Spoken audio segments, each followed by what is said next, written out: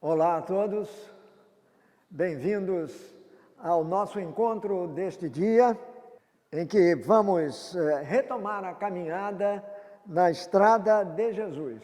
E vamos fazê-lo em nome do Pai, do Filho e do Espírito Santo. Amém. Pedindo a Deus que nos auxilie nessa longa caminhada que vamos fazer a partir de hoje até o final do ano. Na estrada de Jesus, naquilo que liturgicamente nós chamamos de o tempo comum, para o qual nós voltamos. Mas isso nós vamos ver já, depois de dizermos com fé, com confiança, a oração que Jesus nos ensinou.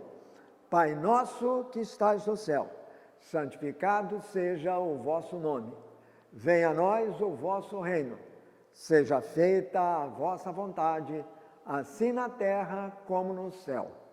O pão nosso de cada dia nos dai hoje. Perdoai-nos as nossas ofensas, assim como nós perdoamos os que nos têm ofendido. E não nos deixeis cair em tentação, mas livrai-nos do mal. Amém.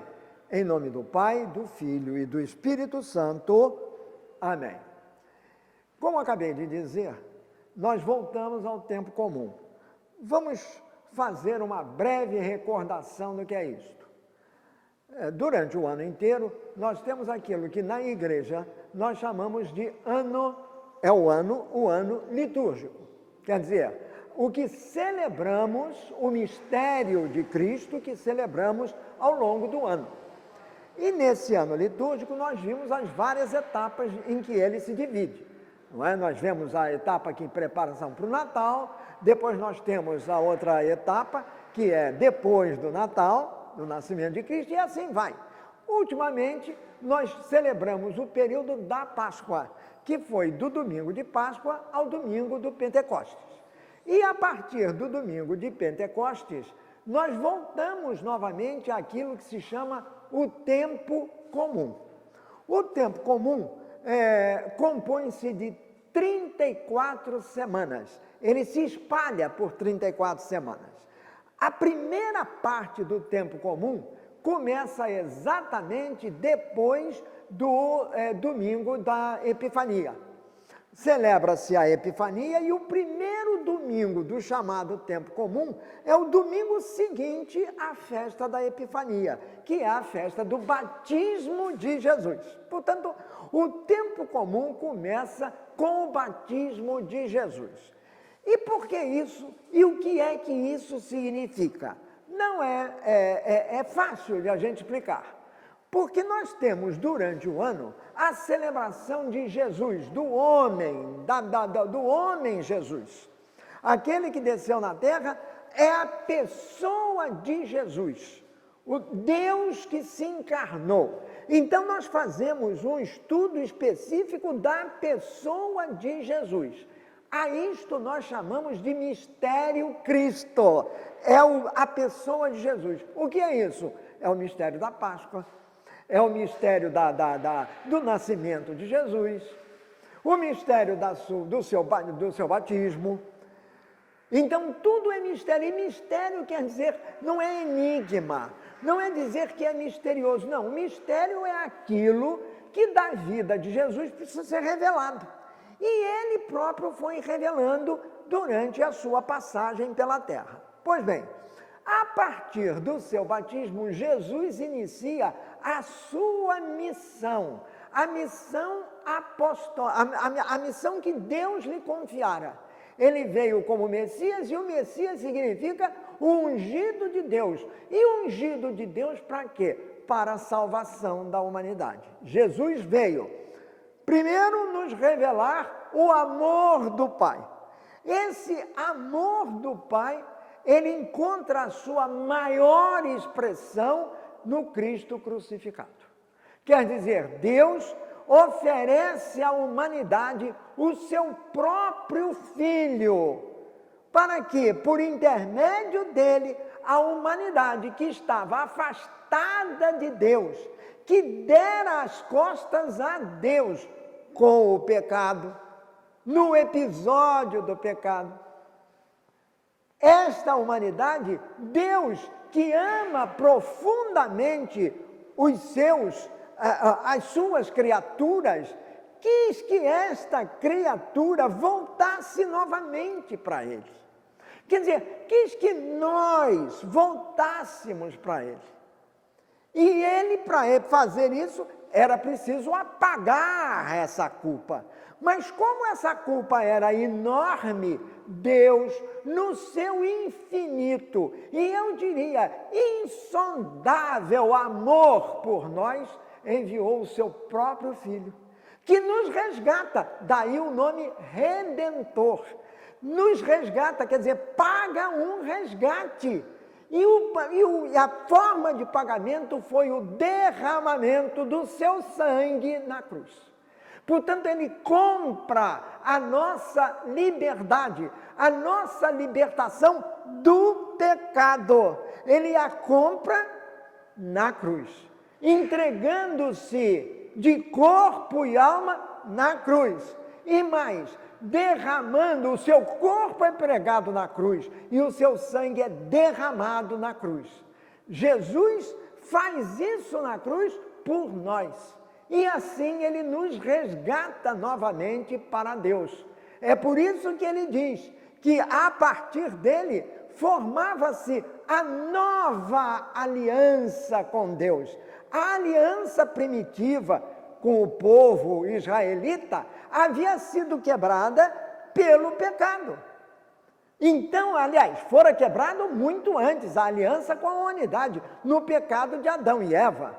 Quer dizer, o povo israelita foi isso. Deus o fez parte de si, escolhendo aquela parte de todos os povos como o seu, deu a eles todo o amor, todo o carinho, e eles simplesmente se voltaram contra Deus, inúmeras vezes. A primeira de todas foi o episódio do bezerro de ouro. Quer dizer, voltaram-se para os ídolos e esqueceram o Deus verdadeiro. Não adoraram durante um tempo. Mas aí Deus, por ser fiel, por amor, Ele foi simplesmente resgatando o povo de todas as maneiras ou através de todos os tempos. Até que chegou um momento que os israelitas esperavam que Ele mandaria o seu Messias, quer dizer, o enviado, o Messias de Deus, aquele ungido por Deus, que viria justamente resgatar todos. E isso, Deus avisou que faria isso. E Ele avisou pela boca de quem? Pela palavra de quem? Dos seus profetas. Então, os profetas do Antigo Testamento, o maior dos quais foi Isaías, os profetas do Antigo Testamento, eles falam exatamente disto, que Deus, na sua fidelidade e no seu amor, Ele mandaria um dia o seu próprio Filho, quer dizer, o ungido dele, que nós sabemos agora é o próprio Filho de Deus, para resgatar a humanidade, para retomar esta união entre a humanidade que se revoltara contra Deus, a humanidade que se afastara de Deus, a humanidade que estava separada de Deus pelo pecado. Viria o Filho de Deus um dia para fazer esse resgate, libertar o povo do jugo do pecado. E Ele faria isso através da sua morte e principalmente da sua ressurreição. Primeiro Ele entregaria a sua própria vida, mas vida entregue oblativamente, vida entregue pelos outros foi agradável a Deus. Um sacrifício de agradável odor a Deus. E aí Deus aceita o sacrifício do seu Filho e o ressuscita. E a partir daí não tem mais a morte. A morte ficou para trás. Ela é apenas, para nós, uma passagem para a verdadeira vida. A vida que Jesus nos traz ressuscitado. Então é exatamente isto de que trata a história do Evangelho e o ano litúrgico durante essas 34 semanas do ano. Quer dizer, nós vamos, nas 34 semanas, estudar aquilo que Jesus disse, aquilo que Jesus fez, principalmente, os ensinamentos de Jesus, a maneira como Jesus nos indicou de seguir o caminho, que é Ele próprio, porque Ele próprio se disse o caminho, a verdade e a vida.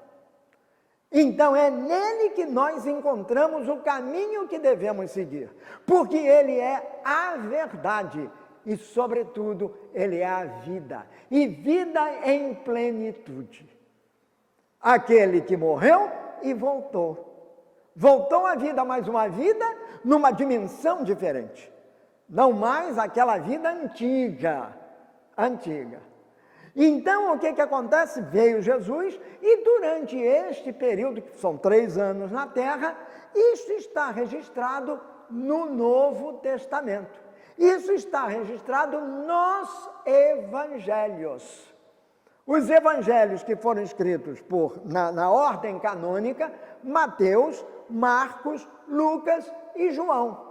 Mas, além disso, nós temos os Atos dos Apóstolos, quer dizer, quando os apóstolos assumiram o encargo, a missão de levar adiante para todos os povos, batizando-os, nós ouvimos no outro dia, em nome do Pai, do Filho e do Espírito Santo, batizando-os na fé de Jesus,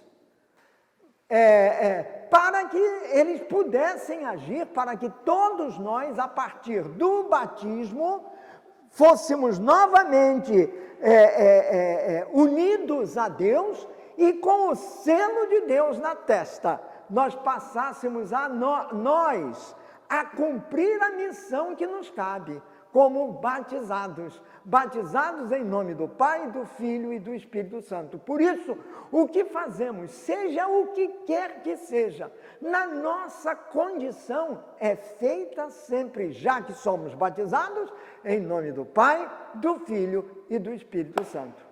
Isso deve estar sempre muito presente no nosso caminhar diário. Não agimos apenas por nós, agimos em nome da Trindade Santíssima. Por isso é que depois da vinda de Pentecostes, a Igreja celebra solenemente a Trindade. Ou seja, o maior de todos os mistérios da nossa fé. O grande dogma, o dogma fundamental, um mistério de fé, aquele que nos diz que existe um único Deus em 3 pessoas. O Deus, a natureza do Pai, a natureza do Filho e a natureza do Espírito Santo são idênticas. A natureza são 3, não, é uma só. Pai, Filho e Espírito Santo têm uma única natureza divina. Eles são Deus. Por isso nós chamamos Deus Pai, Deus Filho e Deus Espírito Santo. Agora, cada um são 3 pessoas distintas. A uma se atribui uma característica. O Pai é o Criador de tudo. O Filho é o Redentor, é o Salvador. E o Espírito Santo é o Consolador, é o Paráclito, é aquele que nos ajuda a lembrar tudo aquilo que Jesus nos disse. Então nós temos as três pessoas distintas, e isso fica muito claro no batismo de Jesus.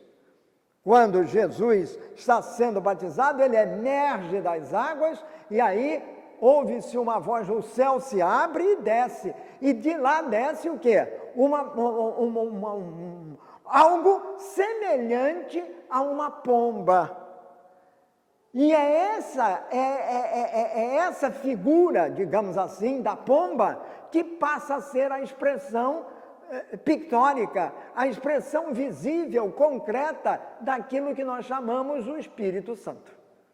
Aí nós temos o Pai falando: este é o meu Filho muito amado. Portanto, é o pai falando, porque ele está falando de uma pessoa a quem ele chama de filho. É o próprio Deus que está revelando o seu filho no batismo. Então, ele revela dizendo: este é o meu filho muito amado. Mesmas palavras que serão ouvidas no alto do monte da transfiguração. Aí vem a nuvem. A nuvem é a própria expressão da presença de Deus. Desce a nuvem, encobre as personagens principais que estão no alto do monte, onde Jesus fora transfigurado, e da nuvem sai uma voz que diz: este é o meu filho muito amado. As mesmas palavras usadas no batismo de Jesus. Então, novamente o Pai está referendando, como se fosse necessário, aquilo que ele já havia revelado lá antes, que Jesus é o filho muito amado dele. Só que aí, no monte da transfiguração, em que Jesus revela para aqueles 3 apóstolos, que eram os seus amigos mais íntimos, Pedro, Tiago e João, ele revela para esses 3 a condição de Jesus, quer dizer, meu filho muito amado, em quem eu pus toda a minha alegria, ponto. Aí a voz prossegue dizendo assim: escutai-o. O escutar é mais do que ouvir. A gente ouve no Evangelho, a palavra do Evangelho é aquilo que a gente ouve na missa, que deve entrar pelos nossos ouvidos, mas ir direto para o coração, onde a palavra de Deus é verdadeiramente escutada, se nós estivermos atentos a ela.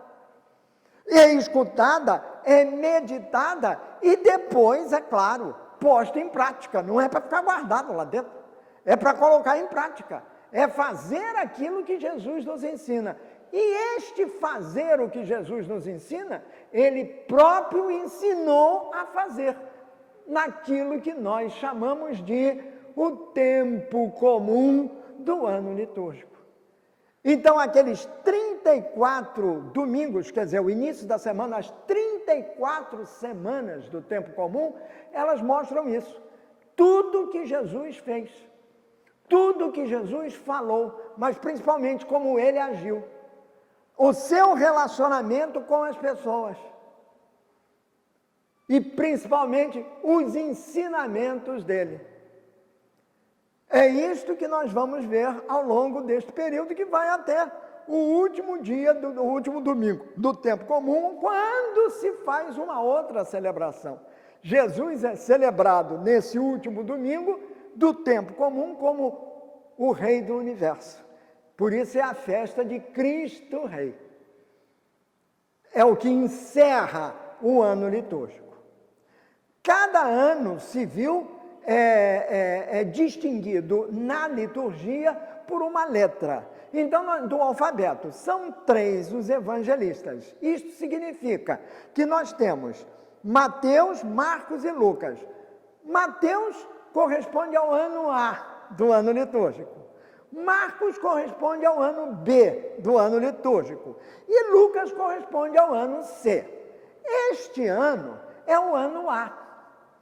Então, qual é o evangelista que ilumina o nosso caminho para descobrirmos, para desvendarmos o mistério de Cristo, do ensinamento de Jesus? Quem é esse evangelista que conta a história de Jesus durante este ano que nós estamos vivendo? É exatamente o evangelista Mateus, é o primeiro de todos, neste ano. O ano passado foi Lucas, mas Mateus aparece principalmente nos evangelhos do domingo, que é o dia do Senhor. Durante a semana, pode ser Marcos, pode ser Lucas. E agora, no tempo pascal, foi sempre João. João aparece.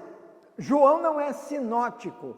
Relembrando, o que é sinótico? Se nós pegarmos o evangelho de Mateus aqui e pegarmos o Evangelho de Marcos aqui, o que nós vamos reparar, bota os dois assim, um ao lado do outro. Primeiro capítulo, segundo capítulo, 10º capítulo. Quando nós virmos, quando eles tratam do mesmo assunto, nós vamos notar que, no mais das vezes, aquilo que está no Evangelho de Mateus está também no Evangelho de Marcos. Às vezes com as mesmas palavras. As mesmas palavras implicam em verbos, substantivos, etc.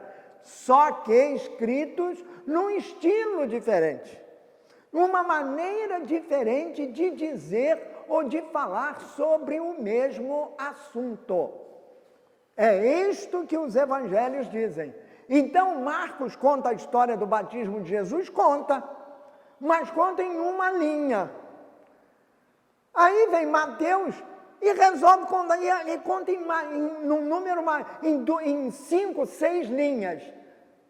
São 6 versículos. Por que isso? Exatamente porque o evangelho começou da seguinte maneira. Evangelho significa a boa nova. A boa nova da salvação, que Jesus veio nos trazer. Bom, então se é a boa nova, esta boa nova começou a ser transmitida, começou a ser divulgada pelos apóstolos. Um deles era Mateus. E Mateus formou, ele conviveu com uma pequena comunidade, com pessoas que se juntavam para justamente ouvir as histórias sobre Jesus e meditar sobre elas, a partir daquilo. Então eles estão do que acontecera e daquilo que eles tinham ouvido. Então esta comunidade medita sobre essas passagens da vida de Jesus, que é o que compõe o tempo comum. Medita sobre isso. Então a comunidade de Mateus enxergava de uma maneira, meditou de uma maneira, entendeu de uma maneira. A de Lucas, porque Lucas também teve a sua comunidade, já entendia de outra maneira. Então, o que nós vemos é que o Evangelho, ele tem a particularidade de ser aquilo que a comunidade meditava sobre Jesus. E quando o evangelista, que pertence a essa comunidade, no caso Mateus, vai escrever, ele é inspirado por Deus para escrever aquilo que Deus quer que ele escreva. Mas ele escreve de acordo com a sua meditação, de acordo com a meditação da sua comunidade, de acordo com o seu estilo, com a sua origem, a sua educação, etc. E ele põe por escrito. E nós vamos ver no Evangelho de Mateus que ele é muito específico, falando para os israelitas. Por quê? Porque Mateus escreve, a comunidade de Mateus é muito primitiva. Primitiva quer dizer, das primeiras. E elas são oriundas de quê? Do judaísmo. E se são oriundas do judaísmo, Mateus tem por objetivo mostrar que Jesus é exatamente a concretização de todas as profecias do Antigo Testamento. Tudo que foi profetizado, tudo que foi dito pelos profetas converge em Jesus. Encontra a sua finalidade e o seu fim em Jesus. É isso que a comunidade de Mateus meditou, foi isso que ela meditou, e foi isso que Mateus escreveu. Mas como ele escreveu, é porque ia ser lido por outras pessoas. Então era preciso que ele explicasse determinadas coisas que eram muito particulares da cultura judaica, do pensamento judaico. Porque a primeira comunidade nasceu aí. Depois de Paulo apóstolo, é que a coisa começou a se espalhar, foi se espalhando pelos pagãos, até chegar a nós. Então, quando nós recebemos isso, nós recebemos com toda essa riqueza, com tudo isso. Por isso, Marcos hoje, vamos ver, Mateus conta uma história acerca dele mesmo. Ele está falando de Jesus, mas ele também fala de si. E aí ele vai mostrar exatamente o que quem ele é, a primeira coisa que ele vai fazer é mostrar quem ele é, e depois ele vai dizer o que aconteceu a partir daquele momento mais importante.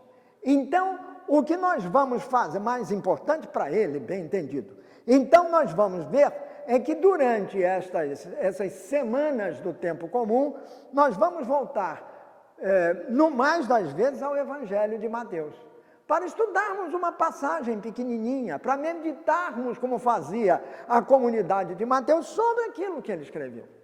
Só que hoje em dia nós temos uma visão mais ampla, mais abrangente, porque nós conhecemos o pensamento de Marcos, conhecemos o pensamento de Lucas e conhecemos o pensamento de João, e principalmente o de Paulo apóstolo, com as suas cartas, as diversas comunidades que ele fundou.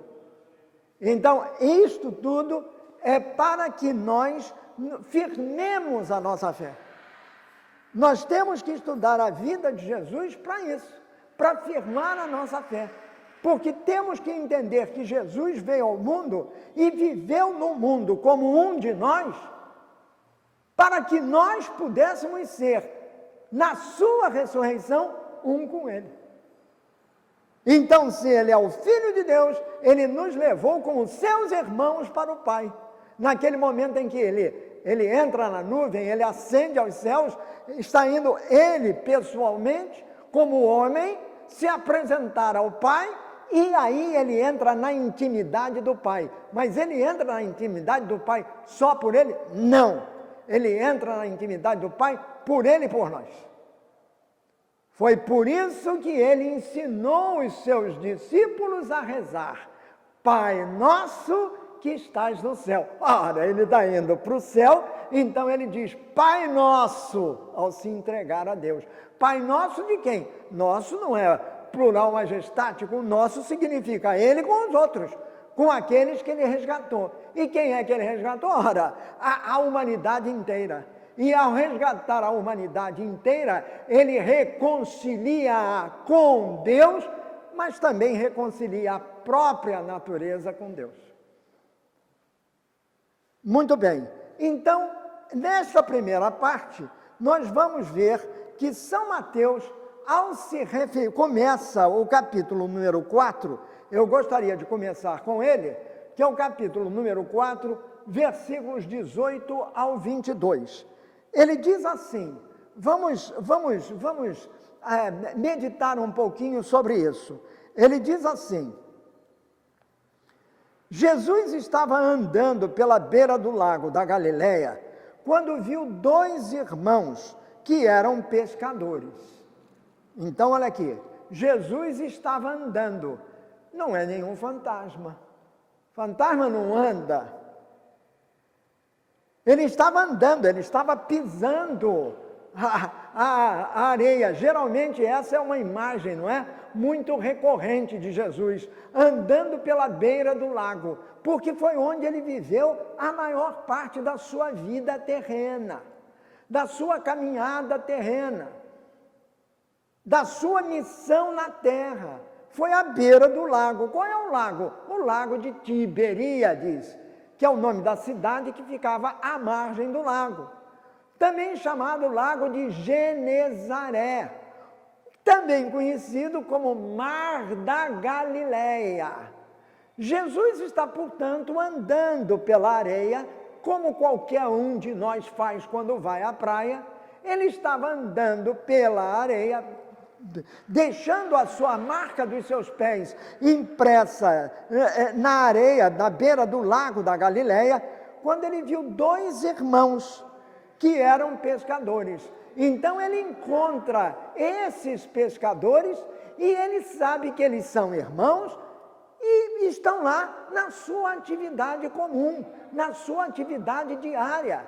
O que eles faziam? Eles trabalhavam como pescadores. Sendo eles pescadores, Jesus chega e vai direto a eles. Então diz assim: os pescadores eram chamados Simão, que também era chamado de Pedro, e André. Esses dois pescadores irmãos eram Pedro, que é Simão Pedro, e André, que eram o quê? Pescadores. Devemos nos focar nisso. Eles exerciam uma atividade comum, uma atividade natural daquele povo que vivia à beira do lago. Eram pescadores como todos os demais, mas é a eles que Jesus se dirige. Jesus não vai bater na casa do João, do Pedro, da Maria, não. Ele vai aos dois que estão na beira do lago e estão pescando. Então eles estavam no lago pescando com redes. Estavam pescando. Então eles estavam no exercício das suas atividades. Então figuremos isto. Mentalizemos isto. Imaginemos a cena. Você tem dois pescadores pescando no lago, quer dizer, na beira do lago. Um se chama Simão, o outro se chama André. São irmãos. E aí Jesus se aproxima deles. Jesus vai diretamente a eles. Não foi buscar mais ninguém, não. Foi a esses dois. Na direção deles foi que ele partiu. É como se ele dissesse: eu quero falar com vocês dois. Eu faço questão de me dirigir a vocês dois. Eu escolhi vocês dois para ouvirem o que eu tenho a dizer. Eles estavam pescando, portanto estavam no exercício da sua atividade laboral diária. Eles viviam da pesca, eram pescadores. Aí Jesus chega para eles e diz assim: sigam-me. Vamos mudar essa história. Jesus deve ter dito assim: venham comigo, e eu farei de vocês pescadores de homens.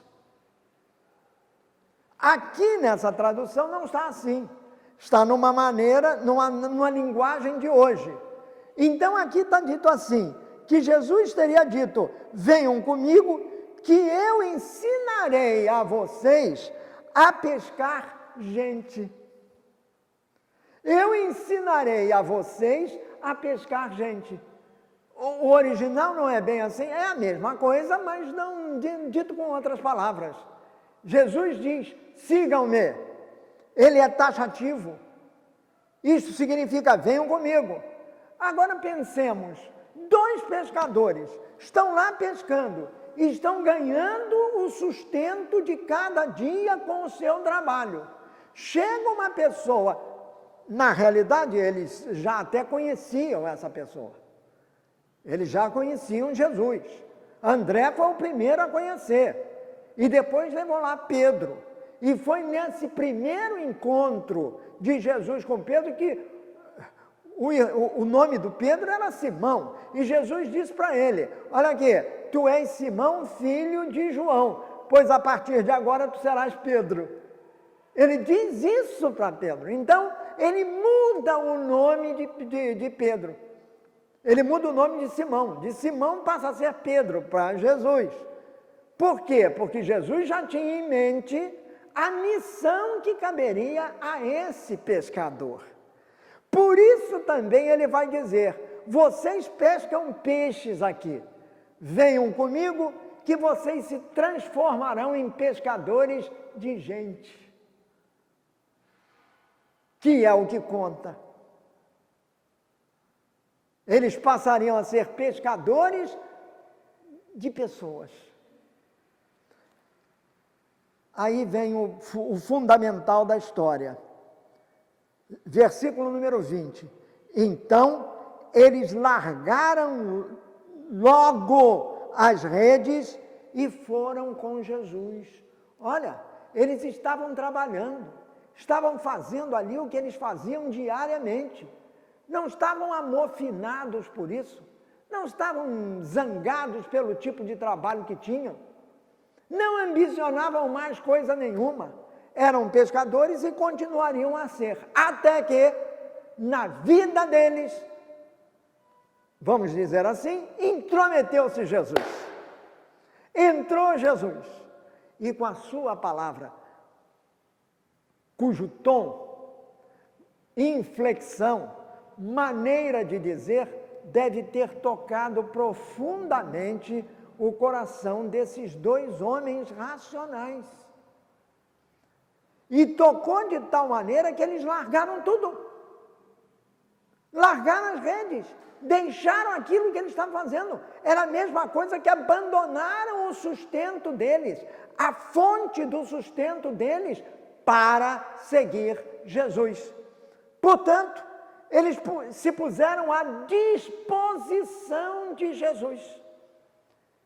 E no fundo, sem que eles soubessem, eles estavam prontos para seguir Jesus, quer dizer, preparados. E essa prontidão significa querer seguir. Não sabiam, é claro que eles já conheciam Jesus, já tinham conversado com ele, mas brevemente. Agora não, agora é um fato concreto. Então, se vocês querem exatamente alcançar um ponto mais elevado da sua vida, venham comigo. Jesus precisava fazer isso? Não. Poderia ter escolhido qualquer um? Podia, mas não. Da parte de Jesus, ele não precisava, mas quis precisar. Quis precisar de quem? Do concurso, do auxílio, da ajuda de duas pessoas comuns, que executavam tarefas comuns, que eram pescadores. E a promessa que Jesus faz é esta: vocês continuarão a ser pescadores, mas não mais de peixes, mas de gente. Agora a sua pesca será de gente, de pessoas iguais a vocês. Para isso é preciso vir comigo, vir atrás de mim. Ele não pergunta assim, vocês querem? Não, ele diz assim, sigam-me. É claro que isso implica na vontade da pessoa, de querer seguir ou não. Pois quando o texto diz que eles largaram imediatamente as redes e foram atrás de Jesus, significa que no fundo, eles estavam prontos, eles tinham essa prontidão. Ouvir a palavra de Jesus, preparados para ela. Hoje com mais clareza, com mais insistência, porque nós já conhecemos isso. É Jesus que nos fala. Como é que nós ouvimos, como é que nós acolhemos esta palavra nas nossas cerimônias, nas nossas liturgias? Prestamos atenção à palavra do Evangelho, esta que nós estamos e que vamos ouvir no domingo que vem? Não necessariamente esta passagem, mas esta passagem embasa a seguinte: ainda dentro dessa passagem, então, Simão e André, seu irmão, seguiram Jesus, largaram tudo e se puseram à disposição de Jesus. Quais são as duas características principais para a sequela de Jesus? Para seguir o caminho de Jesus, no caminho ou pelo caminho que ele abre, é a prontidão e a disponibilidade. Como andam a nossa prontidão e a nossa disponibilidade? Isto serve para o ano todo, para a vida inteira. Um pouco mais adiante, segue o texto, versículos 21 e 22, um pouco mais adiante, Jesus viu outros dois irmãos, já são revelados. Então veja, um par, dois pares. Jesus com isso está querendo indicar o seguinte: você não deve ir sozinho para a missão, vá sempre acompanhado de um outro. Serão dois sempre, o que está muito de acordo com a tradição e o costume dos israelitas, dos judeus, para quem, por exemplo, a testemunha de algum fato acontecido não servia a palavra de um só, tinha que ser no mínimo 2. Então Jesus já escolhe 2 aqui. Mais tarde, ao enviar 70 discípulos à sua frente, aos locais pelos quais ele passaria, Jesus manda-os aos pares, de 2 em 2. Porque um ajuda o outro, sempre isto. Sempre a ideia de comunidade.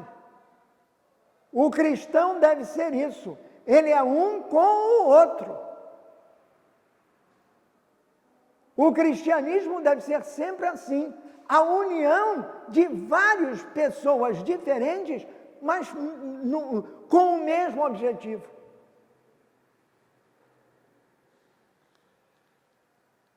Bom, Jesus viu outros 2 irmãos, Tiago e João, filhos de Zebedeu. Eles estavam no barco junto com o pai, consertando as redes, então também eram pescadores. Aprendemos aqui o nome do pai desses 2, Zebedeu. Então esse Tiago e João, eles vão à frente. João também já tinha conhecido Jesus, porque os irmãos, o André, que era o irmão do Simão, foi atrás de Jesus, indicado por João Batista. E o outro discípulo de João Batista foi junto com o André. Mas isso só é contado por São João. E São João não revela o seu próprio nome, mas ele diz de maneira velada, o discípulo que Jesus amava. Os primeiros discípulos a terem contato com Jesus, ainda às margens do Jordão, foram exatamente André, esse irmão do Simão, e o João, irmão do Tiago. O João era um garoto, era um menino. Trabalhavam com o pai. Aí Jesus chegou, chamou os 2. Deve ter dito a mesma coisa. Ei, vocês 2 aí, sigam-me. No mesmo instante, lá em cima, antes nós ouvimos logo, imediatamente. Quer dizer, no mesmo instante, eles deixaram o pai e o barco e foram. Quer dizer, deixaram a família e deixaram o trabalho que eles executavam. Por quê? Porque eles tiveram a vocação. Eles foram chamados, chamar, em latim é vocare. Quer dizer, aí vem a vocação. Qual é a sua vocação? Qual é a minha vocação? Como atendemos ao chamado de Jesus?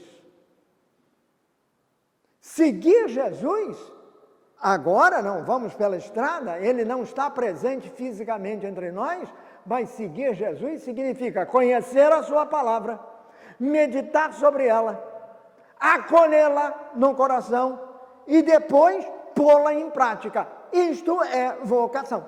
Primeiro Jesus nos chama pela palavra, que é Ele próprio. Sumarizando, os 4 primeiros discípulos, olha aqui, Jesus chama 4 pescadores. São pescadores, profissão comum. Nenhum deles tinha título acadêmico, nenhum deles tinha estudado ensino básico, ensino médio, ensino superior, muito menos eram doutores em alguma coisa, podiam ser na pesca, como era o caso de Simão. E claro que como mais adiante significa que eles se conheciam, que eles eram amigos. Então veja bem a maneira sutil de Jesus agir. Primeiro ele chama 2 irmãos, depois chama outros 2, mas outros 2 irmãos que moram perto, que estão junto daqueles que ele chamou primeiro. Significando talvez com isso que esses amigos, não é? Eles são amigos, farão melhor o trabalho que Jesus quer que eles façam, porque são amigos. Então Jesus já está indicando que na sua família,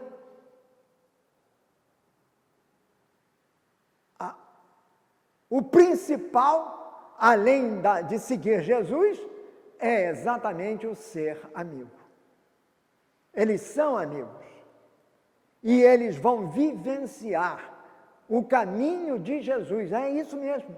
Vão seguir Jesus pelo caminho, fazendo aquilo que Jesus diz para fazer como amigos. Só um amigo vai se afastar de Jesus, que vai ser Judas Iscariotes lá no fim, quando ele trair Jesus. Esse é um amigo traidor. Ele traiu a confiança, a amizade de Jesus. Mas não estes aqui. Então, esses foram os 4 pescadores, os primeiros de todos, que largaram tudo para seguir Jesus. E nós, hein? O que nós fazemos hoje quando Jesus nos chama? Largamos tudo para seguir Jesus ou fazemos como aquele famoso jovem rico, né? Ah, Senhor, eu queria tanto segui-lo, mas é que eu tenho tantas coisas. Vou abrir mão disso tudo? Vou deixar de lado essas coisas que me dão prazer, que me fazem ricos, mesmo que não seja necessariamente alguma riqueza material?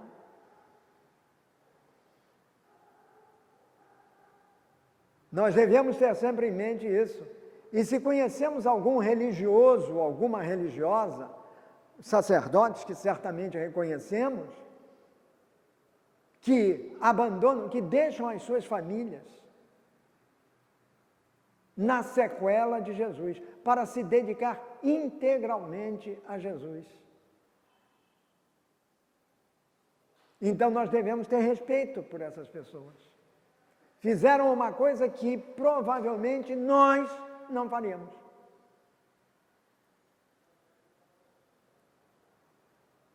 Mas podemos fazer. Se mesmo dentro da nossa condição humana, da nossa situação de vida, do nosso trabalho profissional, neles, nós reflitamos Jesus. Nós façamos aquilo que Jesus fez. Que nós mostremos ao mundo por que nós somos cristãos. E hoje está muito difícil. Neste mundo de divisão, de ódio, de sectarismo. Isto não pode acontecer conosco ou entre nós. Ainda no outro dia eu estava na missa, aí veio a comunhão, a pessoa tomou a comunhão, e aí muitos não perceberam, mas eu percebi porque foi perto de mim. A pessoa chegou, o lugar estava ocupado. Quando ela tinha saído para a comunhão, uma outra pessoa chegou e se sentou ali no lugar dela. Ao invés de ela procurar um outro lugar, ou então ficar em pé, já estávamos nos aproximando do fim da missa, não, resolveu discutir com a pessoa que estava sentada no lugar que ela ocupara antes de ir à comunhão. Pois então ela vinha com Jesus dentro de si. E aí ela resolveu discutir e armou-se uma confusão ali. Na hora da missa. Naquele momento. Será que ela levava Jesus mesmo? Ou então, será que ela entendeu alguma coisa do que tinha acontecido? Ou ela foi lá tomar Jesus mecanicamente? Deveria estar assistindo a isto. Ou então, participando presencialmente do estudo bíblico que a paróquia oferece há 29 anos, diga-se de passagem. Sigamos em frente. Capítulo 9, versículos 9 a 13 de Mateus. É o que nós vamos ouvir no próximo domingo. Este é o evangelho do domingo que vem, que eu fiz questão de colocar hoje porque é de Mateus. Então está aqui o seguinte. Bom, Jesus morava numa cidade, morava, entre aspas, não é? Ele ficava numa cidade chamada Cafarnaum, à beira do lago de Genezaré. Era ali que morava Pedro. Então ele passava os dias normais da vida dele, o dia a dia da vida dele, a semana, na casa de Pedro. Pedro era o anfitrião dele. Ele era o hóspede de Pedro. Muito bem. Aí o que acontece? Jesus tinha feito um monte de coisas. Logo depois desse episódio, dessa chamada dos primeiros pescadores, Jesus chamou outros, assim foi por diante, chama esse, chama aquele outro. E antes de chegar a esse capítulo 9, nós temos 2 capítulos fundamentais. 3, né? O 5, o 6 e o 7. Esses 3 capítulos falam do famoso discurso de Jesus, chamado Sermão da Montanha. É o famoso discurso de Jesus, o discurso das bem-aventuranças. Então Jesus já tinha feito esse discurso quando vai acontecer isto que está aqui. Mas antes ou logo depois do discurso das bem-aventuranças, Jesus curou um paralítico, foi um dos seus grandes milagres, entre aspas. Na realidade era um sinal da sua condição divina, de que ele era o Messias. Mas as pessoas não enxergavam assim. Ficavam muito espantadas, ficavam realmente aturdidas, mas Jesus estava ali dando sinais de quem ele era. Muito bem, então já tinha acontecido isso, ele curara o paralítico e logo depois desse episódio, acontecido num determinado lugar, Jesus, diz o texto, se afastou desse lugar. Ele foi para um outro lugar, certamente a cidade de Cafarnaum. Ele deve ter voltado para a cidade, aliás, deve não, voltou por certo, pelo que diz o texto. Ele diz assim, Jesus saiu dali, começa o texto em Mateus, no capítulo número 9, é o 9º versículo também. Então, no número 9 ele diz, Jesus saiu dali de onde? Do lugar onde ele tinha curado esse paralítico. E no caminho, viu um cobrador de impostos, chamado Mateus, sentado no lugar onde os impostos eram pagos. Jesus lhe disse, muito bem, brevemente, o evangelho é de quem? É de Mateus. Então Mateus está falando dele mesmo. E é ele que nos revela qual era a sua profissão. Ele era cobrador de impostos. Uma figura absolutamente odiada pelos conterrâneos. Há um outro nome na Bíblia para cobrador de imposto, que a gente conhece, publicano. Ele era chamado de ele era um publicano e era conhecido como tal. Porque claro que ele era conhecido na cidade inteira. A cidade de Cafarnaum era muito importante, porque era um centro comercial. Então era nesse lugar que se pagava o imposto. ICMS, IPI e os IS do Brasil. Então ele cobrava os impostos. Mas como é que ele cobrava os impostos se quem impunha o imposto eram os romanos? E não se tratava do templo. Porque no templo, quem cobrava os impostos eram os sacerdotes. Eram os doutores, eram o sumo sacerdote, etc. Era o imposto do templo, para o qual havia uma moeda própria. Bom, então o que acontece? Então nós sabemos que havia ali um cobrador de impostos, e o nome do cobrador de impostos era Mateus. Mateus diz que o nome do cobrador de impostos era Mateus, portanto é ele mesmo. Só que Lucas, capítulo número 5, 27, fala dessa mesma passagem. E dá ao cobrador de impostos o seu verdadeiro nome. Ele não era conhecido como Mateus, o nome dele não era Mateus, era Levi, que é um nome hebraico. Era Levi. Mas Lucas, Marcos, eles falam de Levi e não de Mateus. Mateus muda o nome. Ao invés de dizer que havia um cobrador de impostos chamado Levi, não. Ele diz que o cobrador de impostos chamava-se o quê? Mateus. E isso deve ter um sentido. Ele próprio mudou o seu nome de Levi para Mateus. Então ele está falando de si mesmo.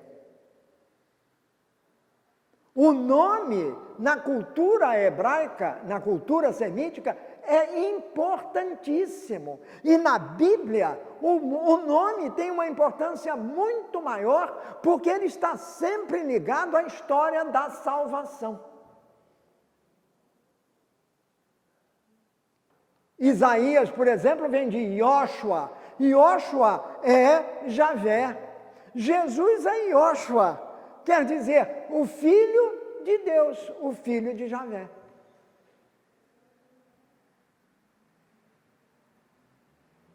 Muito bem, então Mateus é o cobrador de impostos. Então, voltando, os moradores, os habitantes de Israel detestavam os publicanos porque eles cobravam impostos. Eles cobravam impostos para quem? Para o dominador, para a potência que dominava a região. Eles eram prepostos de Roma. Eles cobravam o imposto para os romanos. Mas o que acontecia ainda por exemplo? Então eles já eram odiados porque eles eram tidos como colaboracionistas dos romanos. E o romano era o invasor. O romano era o opressor. O romano era o egípcio do tempo, era o faraó do tempo deles. Desse tempo de Jesus. Esse, portanto, não é pescador, é cobrador de imposto. E o cobrador de imposto publicano era odiado pelo povo. O povo rejeitava o cobrador de imposto, mesmo sendo igual a eles, da mesma nacionalidade deles. Era o caso desse Levi, chamado por ele próprio Mateus. Além disso, o cobrador de impostos, ele recebia o imposto e o imposto era pago com a moeda circulante do Império Romano. E na moeda havia a efígie, a gravura marcada de quem? Do imperador. Como nas nossas cédulas, a figura do imperador estava ali. Então, o imperador Tibério, o imperador Nero, o imperador Domiciano, pronto. Era o imperador do tempo, tinha a figura gravada nas moedas. E para o judeu, ainda mais o judeu crente, aquele que seguia realmente as normas, as leis do Antigo Testamento, isto era um absurdo. Eles não admitiam esta figuração, por isso não admitiam a figuração de Deus, de Javé. Não se podia ver o rosto de Javé. E ainda mais uma efígie com um rosto qualquer, que é do imperador romano, que se considerava Deus. Eles tinham na moeda o divino Augusto, quer dizer, o divino Deus, Filho de Deus, estava escrito na moeda. E esse publicano, que era um judeu igual aos outros, um israelita igual aos outros, recolhia esses impostos para dar para os romanos, quer dizer, devolver aos romanos. Isso é um aspecto. O outro aspecto, como é que ele virava cobrador de imposto? Comprando o cargo. Comprando, ele pagava uma fortuna aos romanos para ser cobrador de imposto, para os romanos. E é claro que se eles pagaram uma fortuna, evidentemente que, vão tirar o deles. cima do imposto romano, eles escorchavam os seus compatriotas cobrando um imposto para eles mesmos. Então eles eram considerados, além de publicanos, quer dizer, além de pagãos, além de traidores, colaboracionistas, eles eram considerados também ladrões. Ladrões. Roubavam o povo em benefício próprio, porque cobravam um preço escorchante do imposto. Se era 100, se era 50, eles cobravam 100. Se era 1, eles cobravam 10. Davam 1 para os romanos e ficavam com 9. Porque o deles sempre saía. O deles sempre tirava. Pois bem, esse Mateus faz questão de dizer, Mateus é o autor do Evangelho, ele faz questão de dizer que ele era isso. Que ele era exatamente esse tipo de homem. E aqui só se leva em consideração o defeito, nunca a virtude. Porque ele era considerado como se fosse uma peça defeituosa na estrutura da sociedade. Porque ele era um publicano.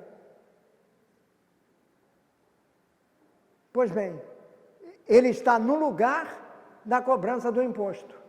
A gente podia até encenar isso aqui, mas não vamos fazer isso agora. Ele tinha uma mesa e ele estava sentado à mesa e as pessoas chegavam e pagavam o imposto devido. E ele recolhia. Pois bem, é nesse lugar, no meio do monte de gente, que entra Jesus. Num determinado dia. Jesus diz assim, que Mateus estava sentado no lugar onde os impostos eram pagos. Jesus entrou e lhe disse, segue-me. Disse para ele, segue-me. Você aí, vem comigo. Há um famoso quadro, que é uma das obras-primas da Renascença, pintado por um grande artista italiano, quer dizer, um grande artista, chamado Caravaggio. O título do quadro da pintura é A Vocação de Mateus, quer dizer, o chamamento de Mateus, é Jesus chamando Mateus.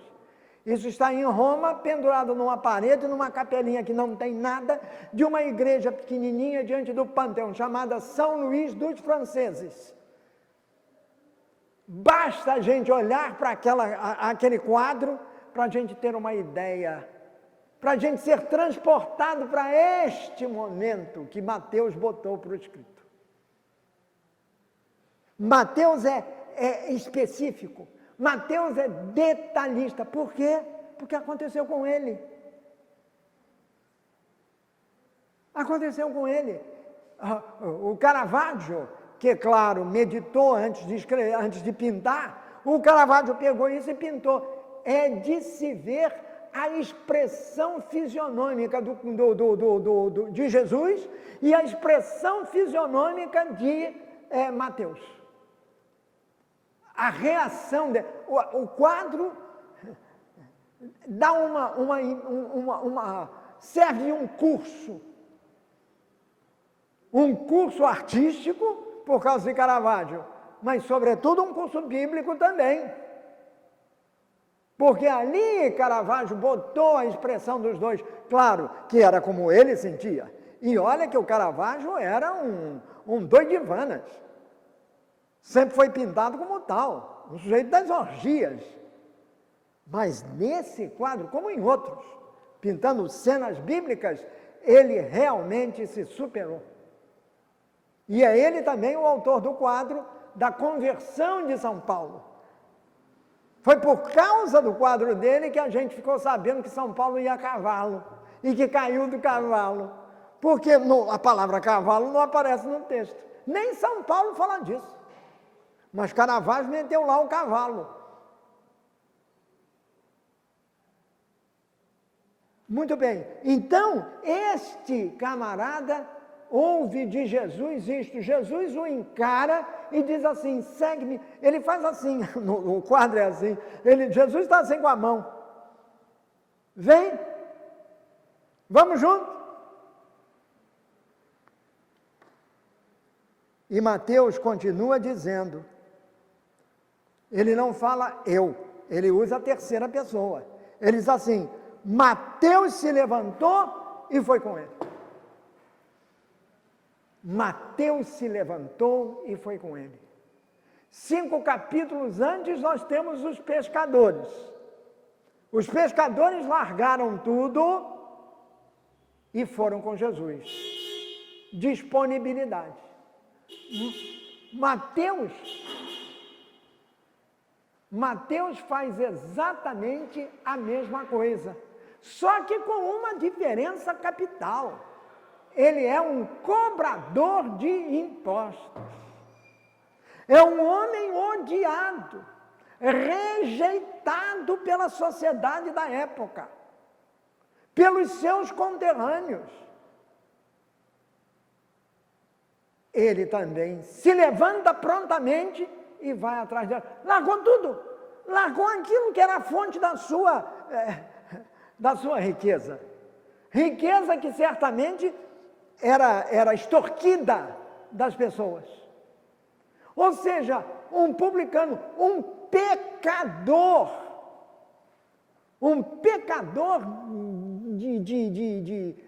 de carteirinha, que não se pejava de ser pecador, mas que, ainda me lembrando do Caravaggio, no fundo, ele devia ter o coração pronto para alguma coisa. E essa alguma coisa tocou-lhe no momento que ele ouviu a palavra de Jesus. Segue-me. Ele levantou e seguiu Jesus. Abandonou a sua vida pregressa, a sua vida anterior e foi. E foi com Jesus.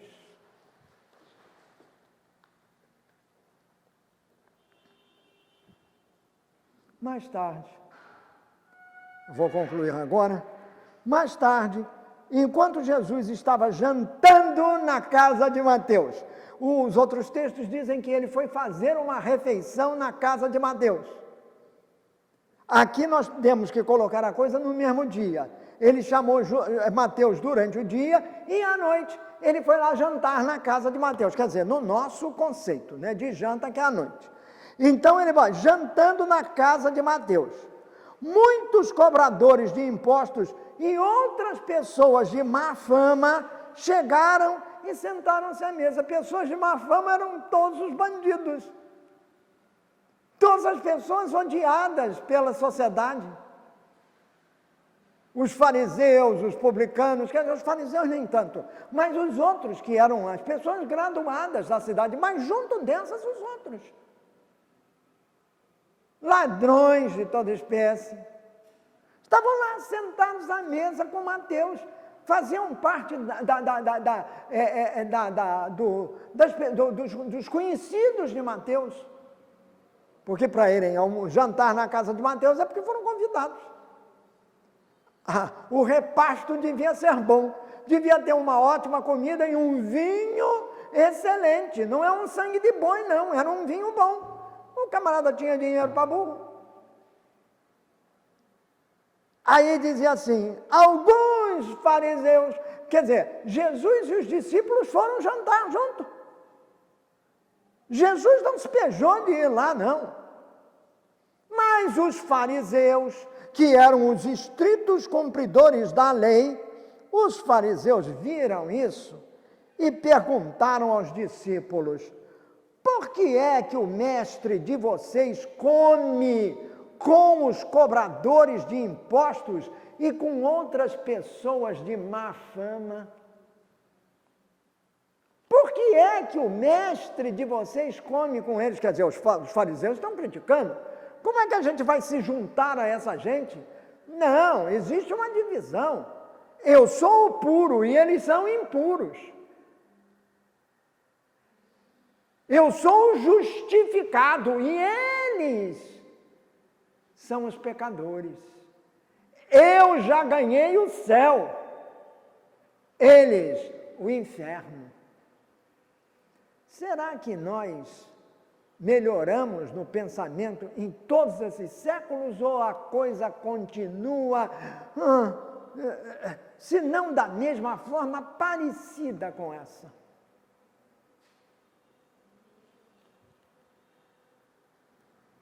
Só que Jesus ouviu a pergunta. O ouvido de Jesus era muito bom, muito bom. Ele ouviu a pergunta e respondeu. Foi ele que respondeu. Ele não permitiu que os discípulos respondessem. Os discípulos não eram só esses aqui, não, já tinham os outros. Jesus ouviu a pergunta e respondeu: olha, os que têm saúde não precisam de médico. Quem precisa de médico são os doentes, certo ou errado? Ninguém podia contestar. Vai ao médico quem está doente ou quem se sente doente. Agora, quem tem saúde não precisa ao médico. Vai encher a paciência, embora vão lá encher a paciência do médico. Olha aqui, vocês vão embora e quando forem, procurem entender, vocês que conhecem toda a lei, procurem entender este trecho das Escrituras Sagradas. Ninguém fala disso, só Mateus. Porque Mateus escrevia para os israelitas. E o que ele queria dizer era exatamente isso. Jesus é a concretização das promessas do Antigo Testamento. Quando se fala de Sagrada Escritura, é exatamente sobre o Antigo Testamento. Em Mateus.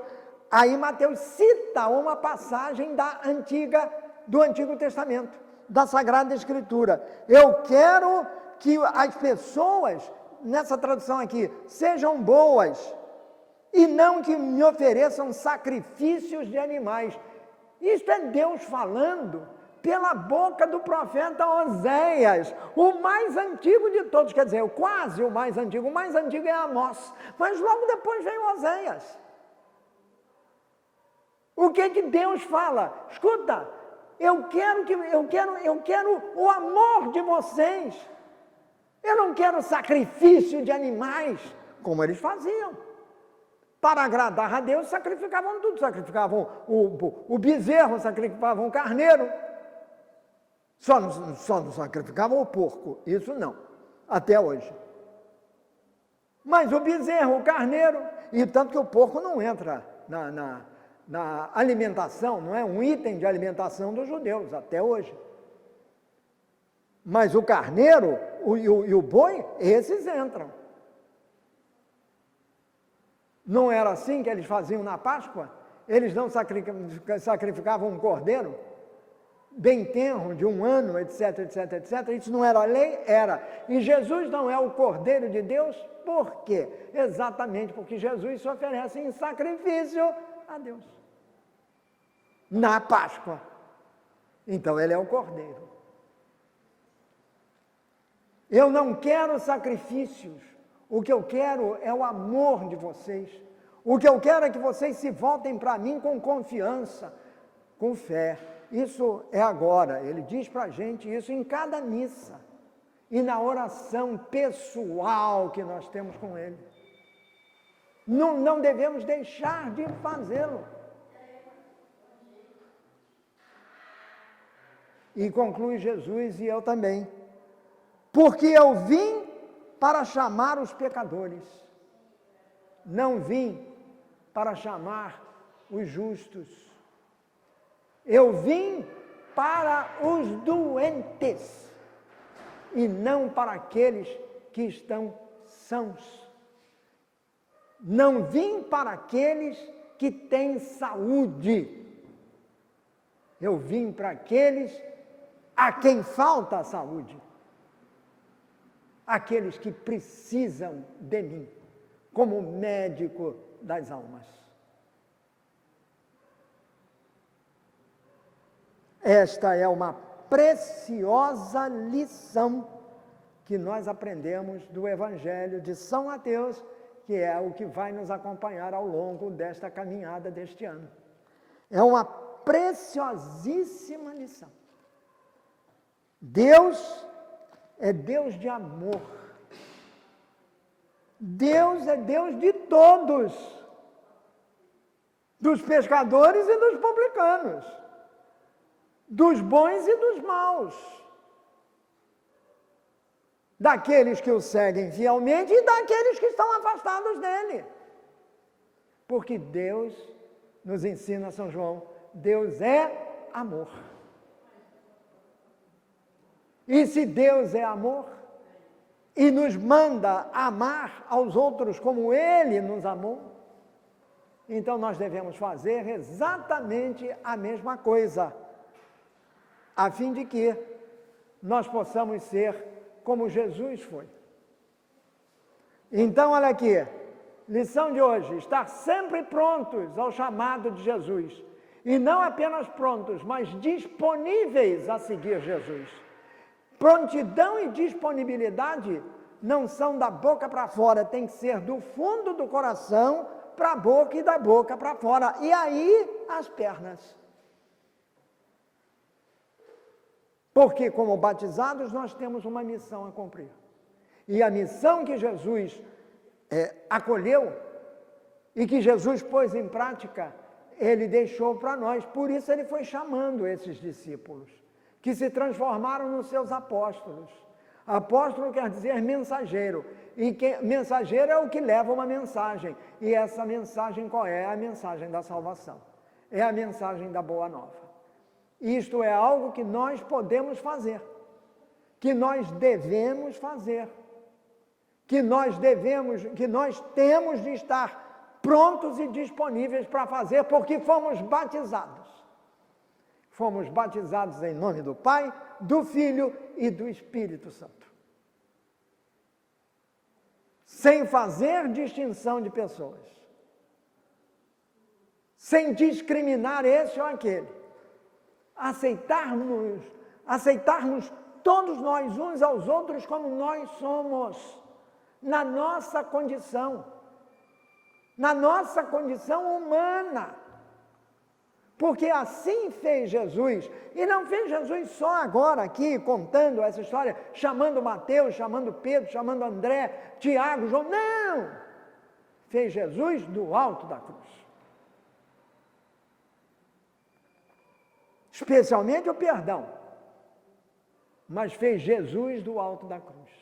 E fez quando chamou João, esse mesmo João, que estava lá ao pé da cruz, não fugiu não, e Maria, a mãe de Jesus, que estava de pé, enfrentando aquela dor violenta da espada que transpassava o seu coração, que era o filho na cruz. E aí ela ouve: mulher, este é o teu filho.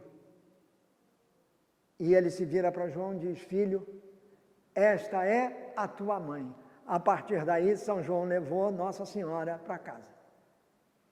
E por isso Nossa Senhora estava lá no meio de todos, quando Pentecostes desceu sobre eles.